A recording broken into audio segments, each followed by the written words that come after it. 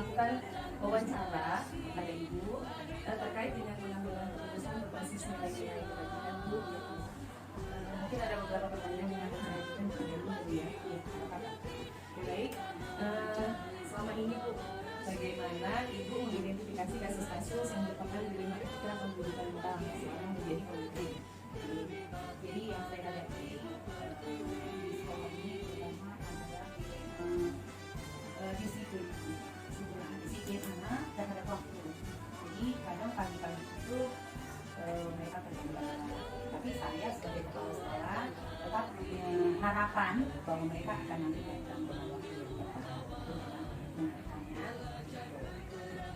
Selain datang terlambat, apakah ada permasalahan dilematika lainnya? Ada, bahwa antara anak itu suka ejek-ejekan loh, padahal yang diejek itu gak penting banget gitu, akhirnya emosian gitu. Jadi makanya saya menerapkan branding sekolah ini kan sekolah anak, tidak ada bullying gitu kan. Oke, baik, selama ini Bu, bagaimana Ibu menghadapi di antara dua kemungkinan kepentingan yang sama-sama benar atau sama-sama mengandung nilai kebajikan? Bagaimana Ibu mengambil keputusan dari itu? Dalam mengambil keputusan itu ya, kita kan harus lihat persoalan. Tidak masalah dengan kita. Yang kita ambil di situ adalah perubahan anak ini kan, penyelamatan anak ini. Jadi di dalam mengambil itu, ya tentu kita kan harus menggali informasi dari anak. Kenapa dia seperti ini? Kenapa dia minum seperti ini? Kalau kita kurang informasi dari dia, mungkin kita menggali dari orang tua atau lingkungannya atau teman bermain. Nah, ketika kita sudah dapat informasi yang valid dan jelas itu, maka kita pasti mengambil satu kesimpulan, oh persoalan anak ini seperti ini. Kan kita kan harus menyelamatkan dia loh. Belum tentu permasalahan dihadapi itu atas mau dia sendiri, tapi terkondisi seperti itu. Bagaimana langkah-langkah atau prosedur seperti apa yang bisa Ibu lakukan selama ini?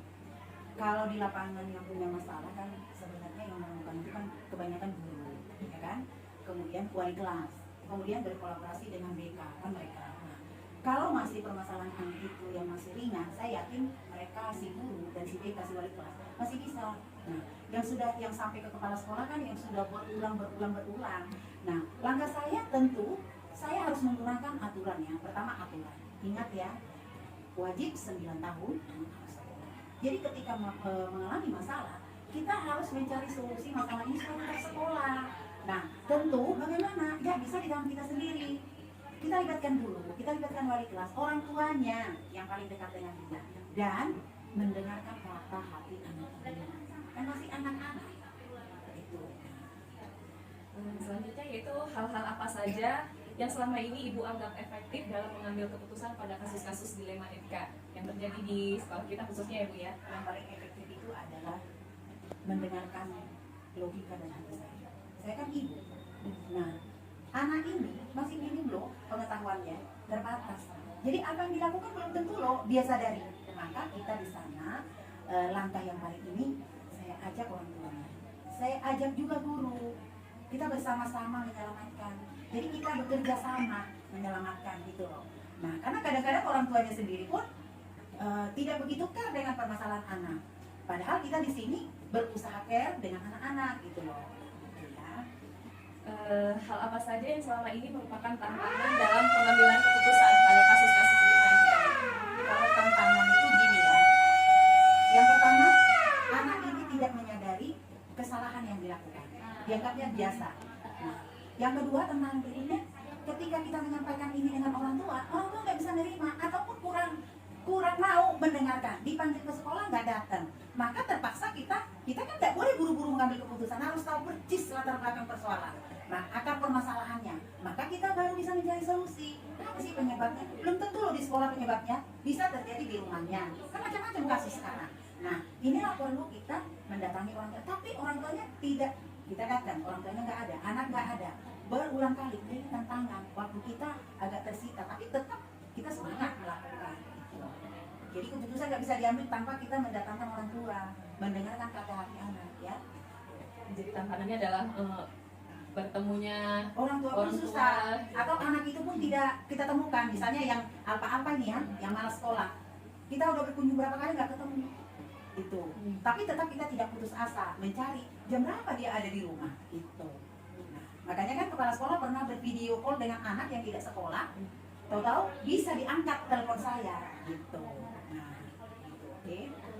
Apakah ibu memiliki sebuah tata cara atau jadwal tertentu dalam sebuah penyelesaian kasus dilema etika, atau apakah ibu langsung menyelesaikan di tempat, atau ibu memiliki jadwal untuk menyelesaikannya? Bagaimana bentuk atau prosedur seperti apa yang ibu jalankan? Kalau jadwal kan tidak ada, itu tergantung situasinya. Masalah itu tidak setiap saat ada. Jadi kalau ada masalah baru ada nanti penjadwalan. Kemudian tidak diselesaikan di tempat, kan ada standarnya, ada langkah-langkahnya. Kasus itu tidak akan ditemukan kepala sekolah itu, kecuali pas ketemu langsung begitu. Itu pun kalau ketemu langsung kan pasti saya tanya, siapa wali kelasnya, jamnya siapa, kan pasti gitu.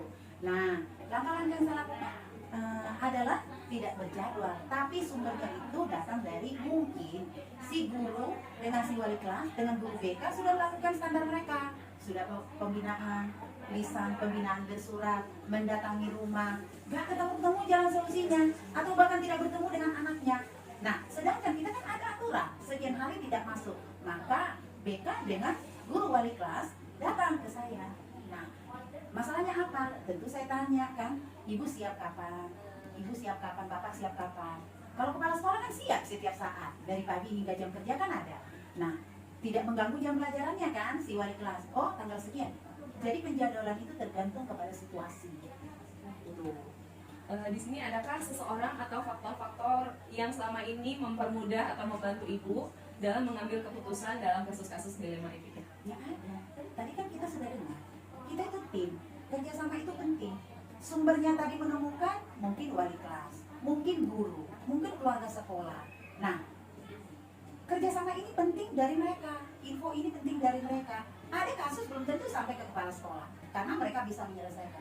Lalu yang bantu saya jelas guru saya, guru-guru saya, warga sekolah saya yang bantu saya. Karena keputusan itu bukan hanya di tangan saya, harus mendengarkan mereka. Jadi bersama-sama kan, bersama-sama. Bahkan orang tua, itu. Yang membantu saya orang tua, keluarga si anak, keluarga sekolah, siapa keluarga sekolah, seluruh guru TU yang ada di sini, gitu ya. Jadi kalau kita sudah dengarkan, mereka bercerita, kan informasi dari mana-mana. Kan informasi itu belum tentu benar, ini perlu pengolahan kasus, ya kan? Seperti itu. Jadi mereka yang mendukung saya, guru-guru, TU, tapi terutama wali kelas, BK, orang tua dia sendiri. Jadi banyak ya Bu ya, yang membantu ibu untuk mempermudah ibu dalam mengambil keputusan dilema etika. Iya. Baik, yang terakhir ibu ya, dari semua hal yang telah disampaikan tadi, pembelajaran apa yang ibu petik dari pengalaman ibu dalam mengambil sebuah keputusan pada dilema etika ini? Yang saya petik ya, yang pertama yang kita lakukan itu adalah mengarah kepada nilai kebaikan atau nilai kebajikan. Di sana ada nilai positif yang kita lihat, penyelamatan masa depan anak, penyelamatan pendidikan anak. Karena kita tidak tahu bahwa anak ini jadi apa, maka kita di sana akan berdiri menyelamatkan mereka. Nah, nilai kan nilai kebajikan kan itu kan, nilai kebaikan yang bermuara kepada pembentukan pribadi anak ini supaya anak ini tetap bisa sekolah menjadi anak yang baik. Jadi dalam mengambil keputusan dalam dilema etika di sekolah, yang hal pertama itu adalah berpusat ke anaknya, ya, ke murid ya Bu, yang harus dipikirkan menyelamatkan anak siswa, anak didik ini. Nah, menyelamatkan. Jadi kita tidak boleh biarkan dia, karena keterbatasan kemampuan dia belum tentu dia memecahkan kasusnya bisa sempurna. Maka bantu di situ. Maka kita mengarahkan dia, berikan pemahaman, kemampuan kepada dia, sehingga sekolah itu penting, masa depan itu penting. Itu kira-kira. Ya, baik. Terima kasih Ibu atas waktunya ya Bu. Sudah diberikan pencerahan, sudah diberikan masukan dan ilmu-ilmu dari Ibu sebagai seorang pemimpin khususnya di sekolah. Baik, terima kasih Bu. Terima kasih ya. Sukses ya Bu.